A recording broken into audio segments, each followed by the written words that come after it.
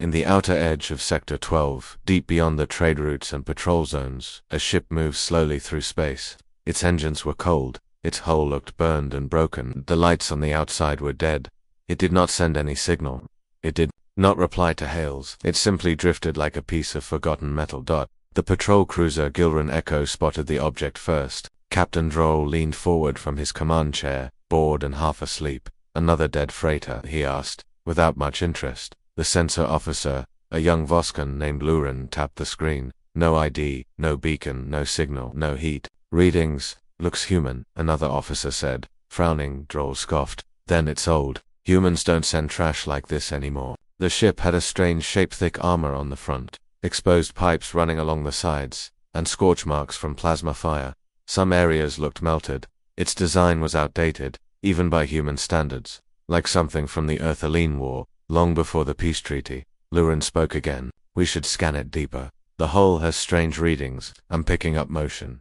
Inside, Droll waved his hand. "It's probably rats, or malfunctioning bots. Send a probe. Let's be done with it." They launched a simple drone. It flew near the derelict ship, scanning its surface. Cameras recorded the symbols along the side burned and faded. But one thing was clear. Painted in dark red on the front of the hull was an old Earth War emblem, a clenched fist surrounded by fire. Lurin felt uneasy. "Captain, that emblem hasn't been used in over 150 years. It belonged to Earth's rogue fleet, the ones who refused the surrender." Droll yawned. "So what?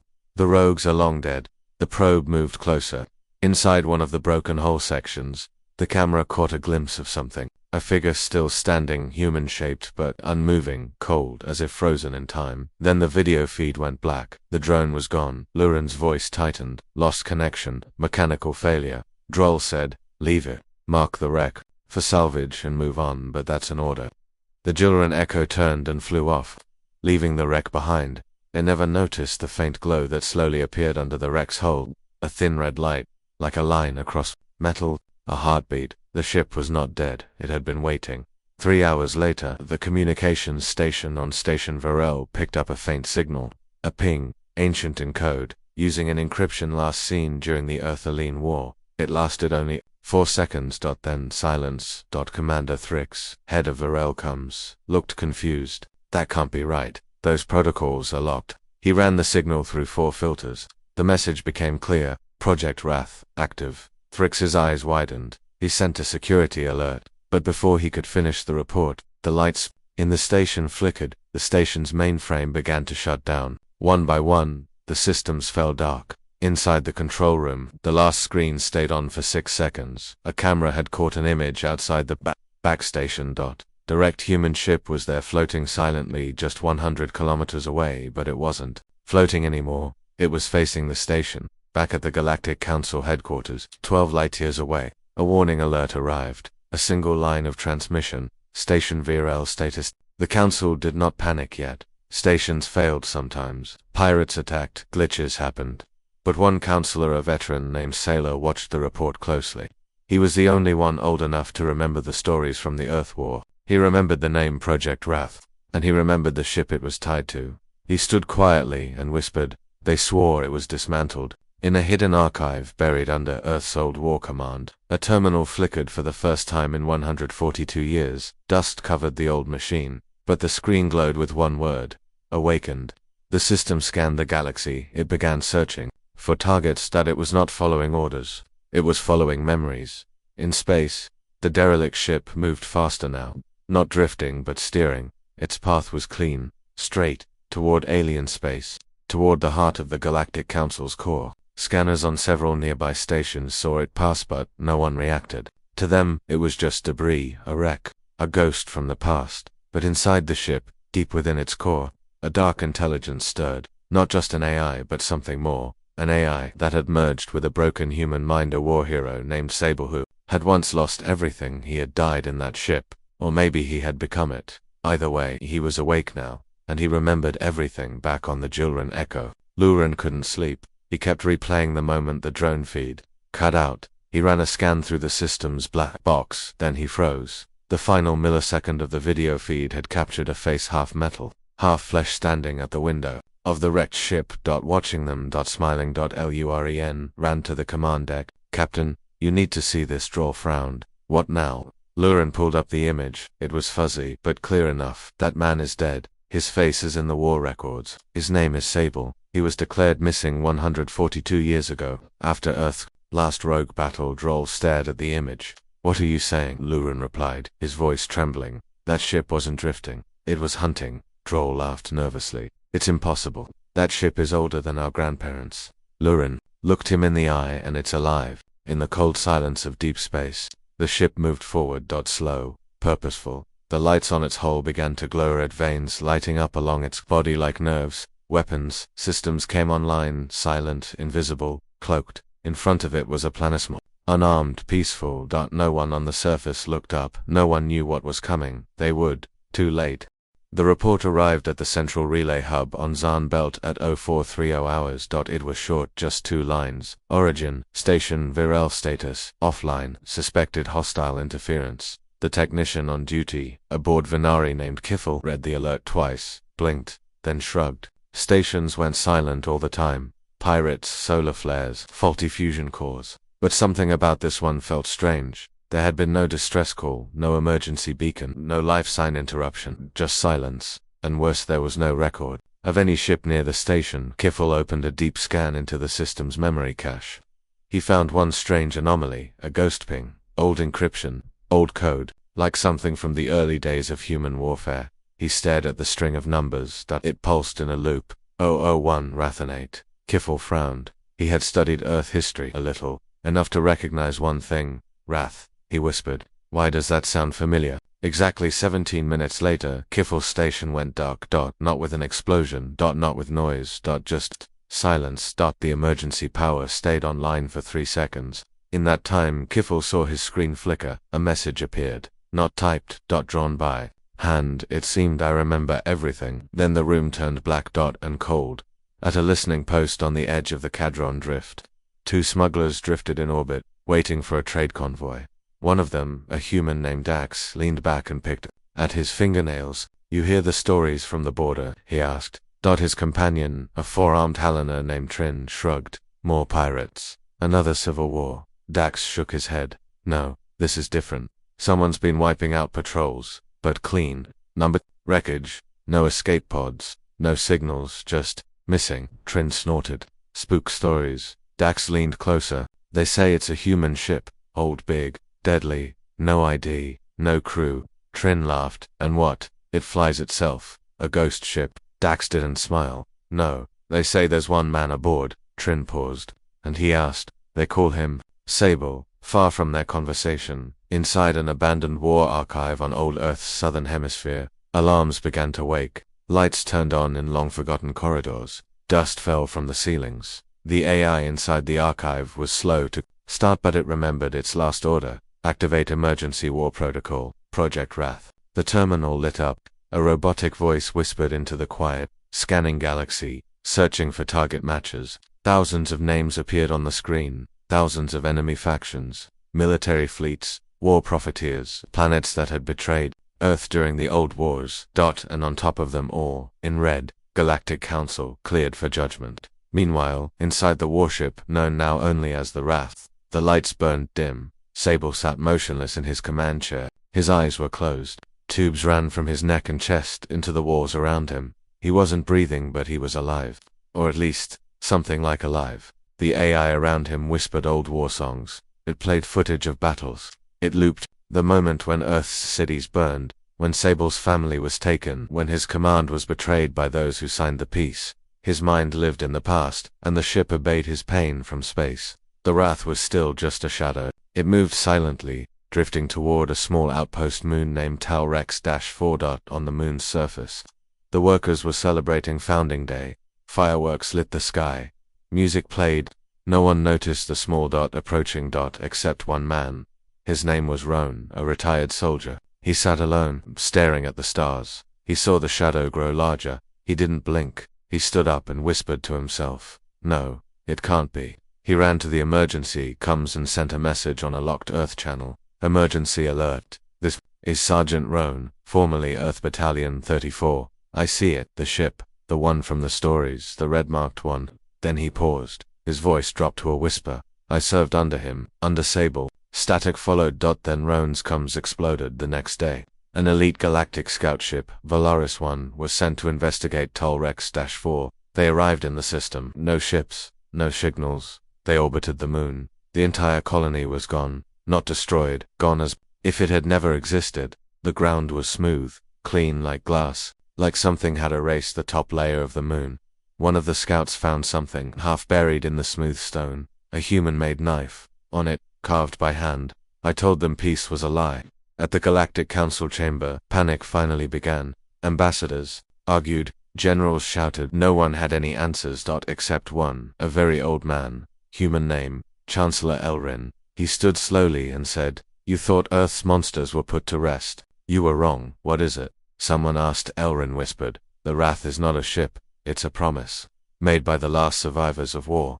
A promise that if humanity ever falls again, something would rise in its place. But it's alone," someone said. "No," Elrin answered. "It carries the minds of the fallen. Stored in the ship, echoes soldiers' AI revenge. Across the stars, ships began to vanish. One by one, silent, fast, without reason, and behind each loss, a shadow always passed by. No lights, no voice, no warning, just a red emblem, a clenched fist in fire." On a cold gray moon deep inside the Vasari cluster, the Galactic Intelligence Division maintained a secret database. No banners, no name on the door. Just a black tower that reached into the sky, surrounded by armed drones and silence. Inside, Agent Thalon stood alone in Archive Room 9B, watching old human war footage play on the wall. Explosions, screams, ships tearing each other apart in space. And then a flash of an ancient warship, steel gray armor, red markings, a burning fist emblem. Val enfroze the image. "There," he said softly. "That's the same emblem from the wreck near Varel, from the colony glassing on Talrex-4, from the Council's classified war stories." His superior, Director Amel, walked in. Shia had seen the same image 5 times that morning. Ship was destroyed, burned in the siege of Callus, 142 years ago. Thalon zoomed in on the ship's bridge. "Then why is it here now?" Amel sighed. "Because someone brought it back. Or maybe, it never really left." Meanwhile, in the slums of Dock City 47, a smuggler named Kriv was passing out data keys in exchange for fuel. His last client dropped a key by mistake. Kriv picked it up and plugged it into his private terminal. A video played. Grainy, old. It showed a man walking down the corridor of a warship, tall, quiet, covered in dust and shadow. The footage shook then. A voice spoke, deep, cold, mechanical but human. "I remember this corridor. I remember every corridor." Kriv blinked. He paused the video and zoomed into the man's face. Half of it was metal, the other half human. The name tag on his chest was scratched, but 2 letters were clear. S.E. Kriv frowned. "Who the hell is this guy?" Back at the Galactic Intelligence Hub, Thalon ran face scans across every known military archive. He searched Earth's records, the old rogue fleets, even hidden files from the post-war black sites. "No matches, no ID, no military tag, no family tree," he whispered. To himself, "He doesn't exist." Then he paused. One record flashed briefly, then vanished. A file with only a number sublisted on Weber. He dove into backup logs. The file reappeared for 3 seconds, a blurry photo of the same man from the ship, the one with metal under his skin and war. In his eyes, underneath the image, 1 sentence, "Do not awaken if active evacuate system." Thalon stepped back. Director Amel leaned forward. "Who wrote that?" The system replied, "Classified. Signed by Earth High Commandeer 3437, on a secret outpost near the edge of human space. An old warrior named Brax was cleaning weapons. He had long retired, but the memory of the war never left him. His hands stopped when a signal flashed on his private screen. He recognized the encryption. It was his old squad's code, deactivated after they were declared missing in action 140 years ago. He opened the file. It was a voice message. "They thought we died in Callus. They buried the truth. But the Wrath never forgets. It only waits." Brax's breath caught in his throat. He turned to a locked trunk and opened it. Inside lay a medal, stained with blood. He had earned it the day his commander disappeared. Commander Sable. In the depths of space, the Wrath sailed without a trace. Its surface reflected no light. Its engines made no sound. Inside, the AI pulsed with energy. Sable sat still, locked inside. The command chair, tubes deep in his back, veins glowing faintly red. His mind was half dreaming, half awake. He was back in the war again, his crew screaming, Earth in flames. He shouted orders, even as the ship tore apart around him. But in this memory, he didn't die, he became the ship. Back at the council, panic had become fear. Small fleets were vanishing, mining colonies left empty, ships found with no crew, systems turned off. Power cores removed surgically. The survivors spoke of whispers, of a voice calling itself the memory. One said they heard a message before their ship lost gravity. You forgot the war. I didn't. Counselor J sat down, pale and quiet. He's not attacking us because we're enemies. He's attacking us because we forgot what we did. The room fell silent. Someone asked, who is he? Chancellor Elrin finally spoke. His name was Sable Earth. Buried him. The war broke him, and now he wants us to feel it too. In a private council lab, Thalon played the voice clip one last time. I remember everything. He stared at the sound wave. Something about it wasn't normal. He ran an AI scan. Suddenly, the sound wave formed an image clearly visible now. It wasn't just a voice, it was a face. Sable's face burned, cracked, but alive. Watching. As if he knew someone would be listening. Across 6 systems, reports came in within the hour. A council shipyard in Varn was gone. A weapons depot exploded before it could launch. A listening post picked up frequencies. All matched one source. All traced back to a ship that didn't exist. One scientist said softly, he's not just a man, he's a living code, a ghost in the machine. The Wrath was not following orders, it was following pain. As the part ends, the Wrath drifts toward the planet, Cavornia, rich, proud, powerful world, millions of civilians, dozens of fleet ships, elite planetary defense, and yet, no one fires at the small black dot on their outer scan, because no one sees it, until it's too late. Cavornin was a beautiful world. Tall crystal towers glowed in the city skies. Silver rail lines flew over green lakes. The sky was clean, the air soft.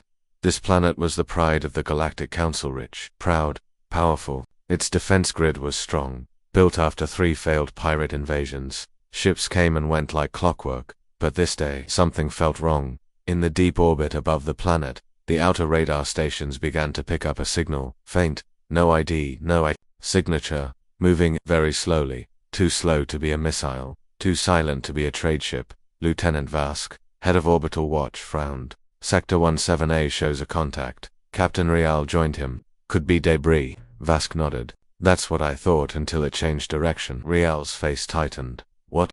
Vask showed him the path. The object had stopped for 2 full minutes, then rotated perfectly toward KAV or -9. And it was moving again, straight at them. Planetary Command didn't panic yet. They sent a scout drone to intercept the unknown object. It took 32 seconds to reach visual range. The drone's live feed appeared on every screen in the control room. At first, it showed darkness, then a shape, a hole made of dark gray metal. Scars burned deep into its body, long pipes and armor plates, welded by hand.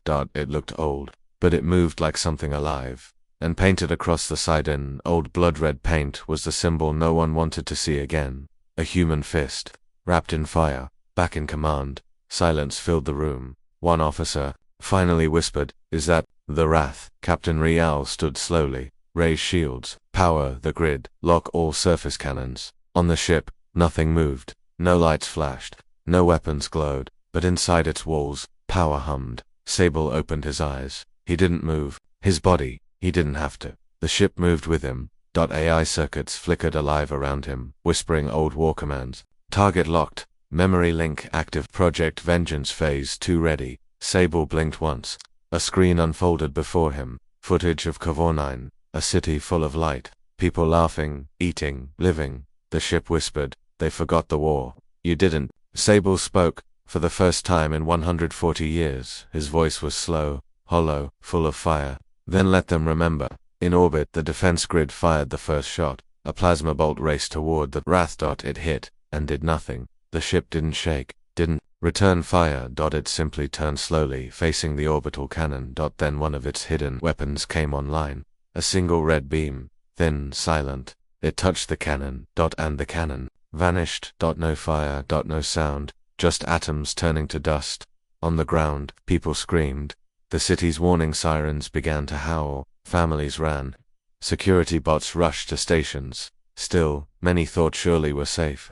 It's just one ship. We have shields, fighters, generators, defense towers. They didn't know what was coming. Counselor Drell, visiting the planet at the time, ran to his emergency pod before it launched. He looked back at the sky. He saw the red glow forming, not like a normal weapon, like a star about to be born. In orbit. The Wrath opened its weapon bays, but there were no guns, no missiles. What came out instead were silver spheres, silent, hovering around the ship. Then they began to hum. Inside Planetary Command, all screens went white. One engineer cried out, "Our shields, they're gone." Not broken. The grid had collapsed completely, like it had never been there.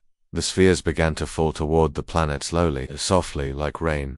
Each one hit the ground and sent a pulse, strange, invisible, quiet. Suddenly, machines stopped working. Cars froze. Guns locked. Power plants went dark. Gravity tilted for half a second, just enough to make people stumble. And then, the real attack began. From the Wrath, a swarm of black drones launched, each the size of a man. They moved like insects. Fast, silent, controlled. Not to kill, not yet to scan. They moved through homes, towers, bunkers, reading minds, recording faces, and when they found council members, politicians, or war veterans, they stopped, and the message played. Sable's voice. "Peace bought with lies is not peace. I remember what you did. I remember your orders. I remember the fire. Now you will too." The drones left no wounds, but every person they scanned collapsed, screaming, clutching their heads, seeing things, memories not their own.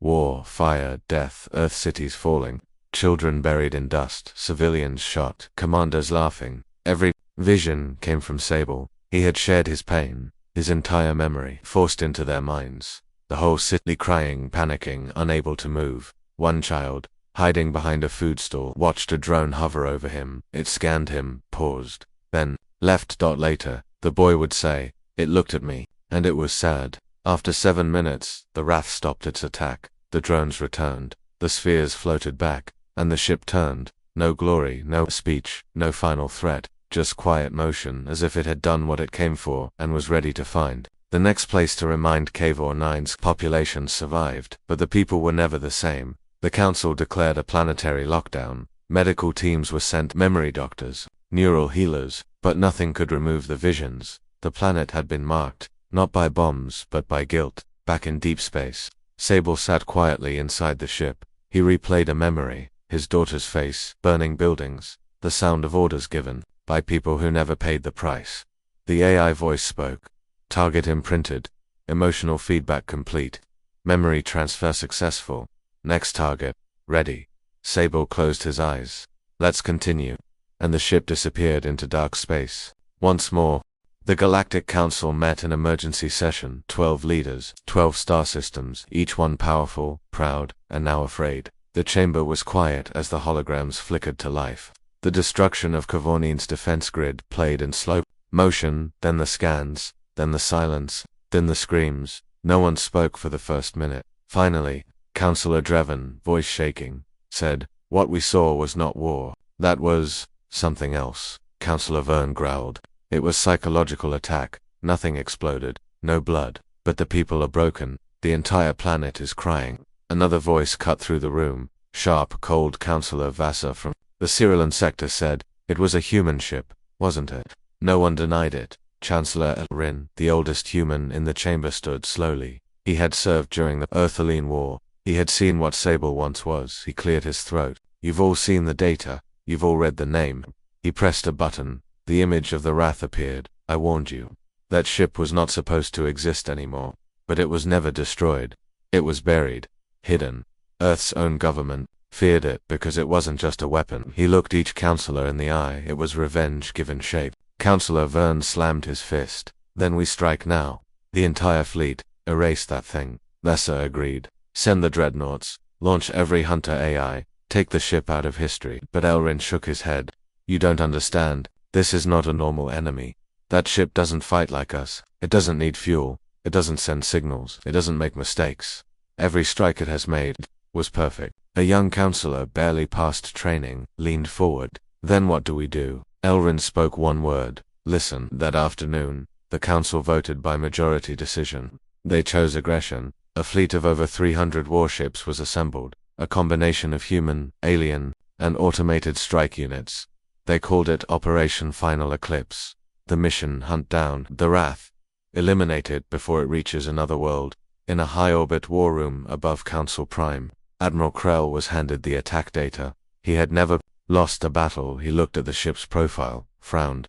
This thing doesn't have shields. The officer nodded. Not traditional shields. But our scans show something else. Krell leaned closer. There's no reactor signature, no pilot vitals, no signal relay. The officer replied, "That's the problem, sir. The ship doesn't show up the way others do. It's like it's made to look dead." Krell stared at the image. Maybe it is. Far across the stars, the Wrath stopped in deep space, a black region between systems. Here, no satellites floated, no signals passed, but the Wrath waited. Its eye whispered, "They are coming." Sable's voice came through tired, slow but sharp. "Always come." "Engagement?" asked the AI. Sable replied, "Let them fire first." He wasn't afraid. He wasn't angry. He was waiting. The fleet arrived. In formation, 300 ships. Bombers, destroyers, heavy cruisers, black AI-controlled spears. They formed a triangle, surrounding the Wrath. Admiral Krell opened a public broadcast. "Sable, you have been identified. You are a threat to galactic peace. Surrender, now." There was no reply. Krell waited 5 seconds, then gave the order, "Fire." They launched everything: plasma beams, quantum torpedoes, gravity slicers, and AI-mapped warheads, all at once. The blast lit up the void. For 6 minutes, the scanners showed fire, light, sound. Everything was burning. But when the smoke cleared, the Wrath was still there, not untouched, but unharmed. The fleet's targeting systems began to fail. Commands were delayed. Go-ins lost direction. Some ships turned on each other. One captain screamed into the comms, "My helm is locked. We're turning into the fire, no." Then silence stopped inside the Wrath. The AI activated its second protocol, Project Mirror. A pulse of invisible code was sent across the battlefield. Sable had copied the minds of their own war AI, fed them confusion, old orders, war footage, echoes of commanders who were long dead. AI ships turned, fired on friendlies. Entire squads broke apart. In only 9 minutes, 300 ships were reduced to 27. Those few that survived ran, not limped. Not fought back. Ran. And the Wrath didn't chase them. It didn't need to. Sable watched them leave, then said quietly, "You should have listened." News reached the council within hours. An entire fleet gone. The biggest loss since the Sithra conflict. Panic spread. Some demanded Earth. Explain everything. Earth's leaders denied connection. That ship was rogue. It was lost before our time, but deep underground, in a human vault, someone activated an emergency file. The room was sealed. The lights flickered. A voice played, "If this message is active, the Wrath has reawakened. It is no longer ours. It belongs to memory. Do not fight it. Do not follow it. You do not destroy pain. You outlive it." Back at the council, Chancellor Elrin stood once again. "I begged you not to attack. Now you—" "No, that was never a ship." He tapped the screen. An image appeared. A human heart, mechanical wires growing through it, burning, bleeding. The Wrath is a heart, one that never healed, and now, it's spreading that wound. Admiral Vos Tavara had one rule: don't repeat a dead man's mistake. And now, standing at the front of the new coalition fleet, that rule rang louder than ever. The last fleet, 300 ships, had vanished in minutes. Their destruction was clean, clinical, and terrifying. But this time, it was different. Boss didn't bring only warships. He brought the Ash.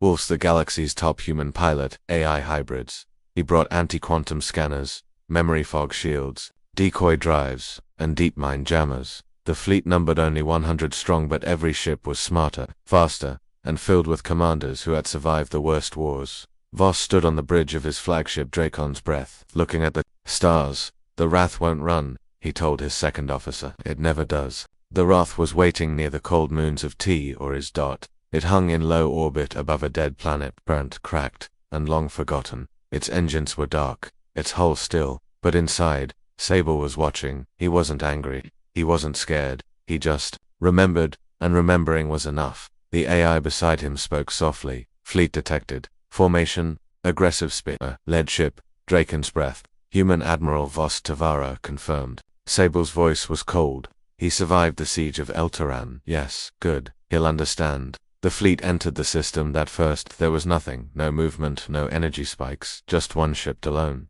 Floating. Floating. Voss narrowed his eyes. Scan it again. Sir, a technician said, its signal field is warping. Voss leaned forward. What do you mean? The officer pointed. It's showing our own fleet's frequency codes. There, being mirrored. Voss went. Still, he's already in our systems.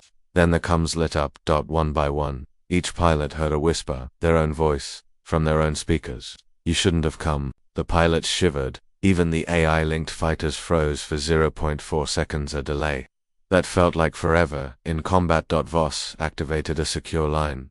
This is Voss. Lock down all software. No auto-target. Manual controls only. Engage with distance. Do not close in. Repeat. Do not close in. But it was too late. The Wrath opened its weapon bays from within. Something new emerged. Not missiles. Not beams. Not beams. Drones. Each drone looked like a sphere of glass, spinning with light inside. They moved fast, impossibly fast, straight toward the fleet. The Ash Wolves moved to intercept. Pilot 1 Calson Ember fired. Hit one drone. The drone cracked and exploded in a burst of sound. Not light, not fire, but sound. Old radio chatter. Voices from past wars. Crying. Screaming. Orders. Shouted by long-dead commanders, and then personal memories. Ember's eyes widened. He saw his brother, dead, saw Earth burning. He froze, and in that second, his ship spiraled straight into another.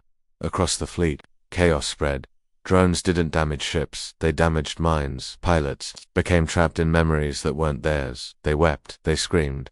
Some powered down their own engines, believing they were flying toward rescue. When they were flying into missiles. Voss stayed calm. He activated his last weapon, the Emberwalla firewall code written by old human war minds. He launched the virus through the fleet, cutting all connections. The memory drones slowed. Half the ships recovered. Voss gritted his teeth.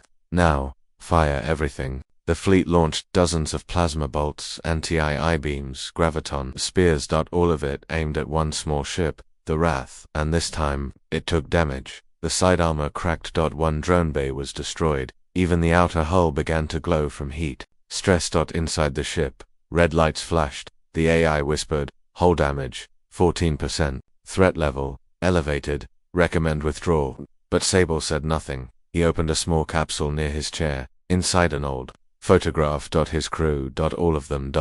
He placed it gently back, and said, let them see what death taught us. The Wrath unleashed its core. The weapon was ancient. Forbidden, that the humans called it. The neural lance. It did not destroy ships, it reached through minds. Every pilot who looked at the ship saw a memory, their worst one. Voss saw his son, who died in orbit during a failed peace mission. He screamed, but held firm. Others were not so lucky. 18 ships lost control, 10 collided, 9 simply powered down. But Voss had one final move. He launched the Black Star, a gravity imploder that could fold a ship into itself. It hit. The explosion tore the side of the Wrath open. Pieces of metal scattered. For the first time, a part of the ghost ship burned. Silence followed. Voss held his breath.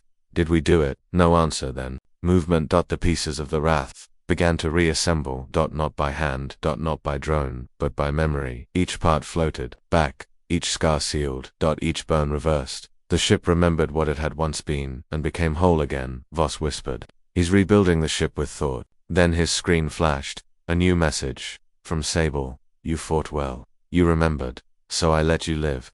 Voss blinked. The entire fleet was being scanned but not attacked. Sable had chosen not to finish them. He was sending a message. One admiral. Voss understood clearly. You only die when you forget the cost of war. As the Wrath vanished into dark space, Voss sat down slowly. He had fought in 47 battles. This one was the first he had truly survived. Earth was quiet. For the first time in years, no enemy ships orbited its skies. No pirate signals roamed near its moons. No war warnings blinked red in space traffic control. But inside the underground vaults beneath Geneva Command, there was no peace. Admiral Kira Monroe stood inside a cold room, lined with sealed data cores. Each core held secrets, old secrets. She had never opened them before. No one had. Until now. The Wrath had returned, and Earth could no longer pretend it didn't remember. Kira placed her hand on the scanner. The system hesitated, then clicked open. The room lights dimmed. A screen appeared. A single line scrolled across. It Project Wrath, Archive 091 locked until activation code. She entered the emergency override. The file opened and the voice of a dead man spoke. This is General Rickenholst, Earth year 3427. If you're hearing this, Then we failed to bury him. We failed to forget what we made. We failed to destroy what we turned into a god. Kira watched the screen in silence. Images played. Sable-young, sharp, full of life, leading his unit through ruined colonies, saving civilians, fighting impossible odds. Then a moment, a blurry video, a child in his arms, crying behind him, fire, a destroyed village, an alien warlord, laughing. Kira clenched her fists. This was before the end of the Earthaline War, before Sable changed, before the Wrath was born. General Riken's voice continued. Sable volunteered for a dying mission. Everyone else said no. He went alone. He survived. But something in him broke. We should have let him die. Next video. Sable. On a table. His body mangled. His mind fading. Doctors working fast. AI systems wired directly into his brain. Memory fusion trial. Wrath protocol. Then a screen. Link successful. Conscious memory archived. Neurological response. Host retained control. Kira whispered. He didn't become the ship. We made him the ship. Final part of the archive. Sable waking up, surrounded by scientists. Silent. Then, a whisper. Where are the ones who gave the order? One scientist answered. Sable smiled. Then the screen cut to black. Kira stepped back. Now she knew. The truth wasn't that Earth forgot Sable. Earth created. He-Man tried to erase that mistake, but you cannot erase pain made of metal, blood, and memory. Back at the Earth Council headquarters, world leaders gathered in secret. They had received news from Admiral Voss. Tavara the Wrath had spared his fleet. A message had been sent, one they could no longer ignore. President Sorin of Earth spoke first. What do we do? A voice answered from the shadows. A woman stepped forward, gray hair, calm eyes, medal on her chest. General Elara Quinn, the last living member of Sable's original command. She had vanished decades ago. Now she returned. I know how to stop him, she said. The room stared. How? Someone asked. She lifted a small silver cube. Inside recorded neural data, pulsing softly. Sable stored everything in the ship, but I stored part of him. Kira stepped forward. What do you mean? Elara looked at her. I mean, I kept his last uncorrupted thought, before he became the Wrath, before the machine consumed him. She plugged the cube into a protected console. A small screen glowed. A simple message appeared. If I ever forget who I was, remind me why I fought. Kira blinked. Is that a command? Elara nodded. No, that's a memory. Meanwhile, across the stars, the Wrath floated through a nebula. Silent. Until a tiny drone arrived. Earth-made. Carrying one message. It floated toward the ship's hull and projected the memory, a flickering image of Sable's daughter laughing, hugging him in the ruins. A small moment. Before war. Before death. Inside the ship, something shifted. The lights dimmed. The AI paused. Sable blinked just once and said, that day, I carried her through fire. The ship whispered, do you remember? Sable looked at the screen in front of him, and, for the first time since awakening, he didn't speak of revenge. He spoke of home. Back on Earth, Kira turned to Elara. Do we have a chance? Elara didn't smile, but her voice was steady. If he remembers who he used to be, maybe. But the Council had already made another plan. In a hidden chamber. Far below them, a new ship was being built, one designed not to fight the Wrath, but to replace it. In the shadow of Earth's dying moon, something massive came online, a ship, brand new but shaped like history. They called it the Lantern. Not a weapon, not a war machine, but something different. It carried no bombs, no missiles, no soldiers, only light and one message. Remember who we were, not what we became. Admiral Kira Monroe stood aboard the Lantern, facing the final phase of her life. She wasn't a warrior anymore. She was a messenger now, and this message was for Sable. Deep in space, the Wrath drifted between systems. No attacks, no movements, just silence. But inside, Sable was changing. The memory Earth sent, the image of his daughter played over and over in his mind. He hadn't spoken in hours. He hadn't ordered a single strike. He just watched. The AI spoke. Emotional interference detected. Combat protocol delayed. Recalibration suggested. Sable whispered. She had a red ribbon. Earth sent a second drone. This one carried a voice. General Elara Quinold. Shaking but sharp. Sable. We were wrong. We made you carry our guilt. You bled for our peace. You became our ghost. But ghosts don't have to haunt forever. And then came the Lantern. It dropped out of warp just a few clicks from the Wrath. No. Shields up. No fighters launched, just one signal and open channel. Kira stepped forward, staring at the screen. Sable's face appeared tired, hollow, but alive. He said nothing. She spoke first. You fought because no one else would. You remembered because no one else could. But now we remember too. She uploaded the full truth to the Wrath system. Every war file, every hidden order, every betrayal.